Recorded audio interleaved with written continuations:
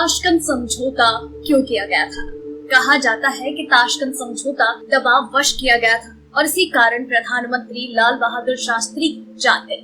1965 में पाकिस्तानी सेना नियंत्रण रेखा जम्मू कश्मीर में घुस गई थी। तब तत्कालीन प्रधानमंत्री लाल बहादुर शास्त्री ने भारतीय फौज को भी नियंत्रण रेखा पार करके पाकिस्तानी क्षेत्र पर कब्जा कर लेने का आदेश दे दिया। भारतीय फौज तेजी से आगे बढ़ी और लाहौर के करीब तक जा पहुंची। युद्ध को बढ़ता देखकर तब दोनों महाशक्तियों अमेरिका और रूस ने युद्ध विराम के लिए दबाव डाला। प्रधानमंत्री लाल बहादुर शास्त्री और पाकिस्तान के तत्कालीन राष्ट्रपति आयूब खान के बीच सोवियत रूस के ताशकंद में युद्ध विराम समझौता हुआ। इस समझौते में दोनों देशों द्वारा एक दूसरे से जीते हुए क्षेत्र को वापस कर देने की बात हुई। इस पर प्रधानमंत्री शास्त्री की जबरदस्त आलोचना हो गई थी। दूसरे ही दिन 11 जनवरी को ताशकंद में ही उनकी मौत हो गई। दरअसल शास्त्री जी स्वयं इस समझौते के खिलाफ थे, लेकिन अंतर्राष्ट्रीय दबाव में उन्हें इस पर हस्ताक्षर करने पड़े। वर्ष 1966 में ताशकंद में भारत पाकिस्तान समझौते पर दस्तखत करने के बाद शास्त्री बहुत दबाव में थे। पाकिस्तान को हाजी पीर और ठिठवाल वापस देने के बाद उनकी भारत में काफी आलोचना हो रही थी। उन्होंने देर रात अपने घर दिल्ली फोन मिलाया। कुलदीप नैयर बताते हैं, जैसे ही फोन उठा उन्होंने कहा, अम्मा को फोन दो। उनकी बड़ी बेटी फोन पर आई और बोली, अम्मा फोन पर नहीं आई। उन्होंने पूछा क्यों? जवाब आया, इसलिए क्योंकि आपने हाजी पीर और ठिठवाल पाकिस्तान को दे दिया। वो बहुत नाराज है। शास्त्री को इससे बहुत धक्का लगा और वो कहते हैं इसके बाद वो कमरे में चक्कर लगाते रहे। फिर उन्होंने अपने सचिव वेंकटरमन को फोन करके भारत से ही आ रही प्रतिक्रियाएं जाननी चाहिए।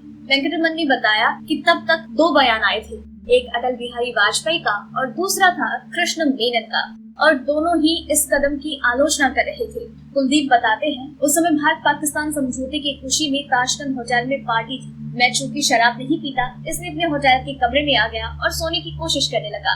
अगले दिन तड़के मुझे शास्त्री जी के साथ अफगानिस्तान के लिए रवाना होना था। मैंने सपने में देखा कि शास्त्री जी का देहांत हो गया। फिर मेरे कमरे के दरवाजे पर दस्तक हुई। जब बाहर आया तो वहाँ एक रूसी औरत खड़ी थी और बोली, your prime minister is dying. Kuldeep कहते हैं, मैंने जल्दी जल्दी अपना कोट पहना और नीचे आ गया। जब मैं शास्त्री जी की डाचा में पहुंचा तो देखा बरामदे में रूसी प्रधानमंत्री कोसिगिन खड़े थे। उन्होंने मेरी तरफ देखकर इशारा किया कि शास्त्री जी नहीं रहे। जब मैं कमरे में पहुंचा तो देखा बहुत बड़ा कमरा था और उस कमरे में एक बहुत बड़ा पलंग था। उसके ऊपर एक बहुत छोटा सा आदमी मूर्ति की तरह सिमटा हुआ निर्जीव पड़ा था। रात 2:30 बजे के करीब जनरल आयूब आए। उन्होंने इजहार अफसोस किया और कहा, Here lies a person who could have brought India and Pakistan together। यहाँ एक ऐसा आदमी लेटा है जो भारत और पाकिस्तान को साथ ला सकता था। वरिष्ठ पत्रकार कुलदीप नैयर ने अपनी पुस्तक बियॉन्ड द लाइन्स में तत्कालीन परिस्थितियों पर व्यापक खुलासा किया है। पुस्तक में लिखा है कि कैसे समझौते के बाद शास्त्री जी की प्रेस कॉन्फ्रेंस में पत्रकारों ने उनका अपमान किया। बियॉन्ड द लाइन्स पुस्तक में शास्त्री जी की मौत से जुड़े तथ्य भी सामने आए। शास्त्री जी ने होटल में देर रात भारत के तत्कालीन राजदूत टीएन कोल के घर से आया थोड़ा सा खाना खाया था। कुछ ही देर बाद उन्हें बेचैनी हुई तो उनके निजी सहायक जगन्नाथ ने उन्हें पानी पिलाया। थोड़ी देर बाद ही शास्त्री जी की मृत्यु हो गई। जब शास्त्री जी का शव दिल्ली लाया गया तब उनका शरीर नीला पड़ गया था और कई जगह उनके शरीर पर कटे हुए निशान थे। ललिता शास्त्री ने जब डॉक्टरों से पूछा कि ऐसा क्यों हुआ, तब डॉक्टर्स ने दबी जुबान में कहा, ऐसा तभी होता है जब किसी को या तो सांप काट जाए या फिर उसे जहर दे दिया जाए। भारत का ये दुर्भाग्य ही रहा कि ताशकंद समझौते के बाद वो इस छोटे कद के महान पुरुष के नेतृत्व से हमेशा हमेशा के लिए वंचित हो गए। उन्होंने 1966 में मरणोपरांत भारत के सर्वोच्च नागरिक सम्मान भारत रत्न से नवाजा गया। इस बारे में आपका क्या है कहना, हमें नीचे कमेंट सेक्शन में जरूर बताइए और आप तक ऐसी और भी कई जानकारियां यूं ही पहुंचाते रहेंगे हर रात 9 बजे। इसलिए चैनल के साथ बने रहिए।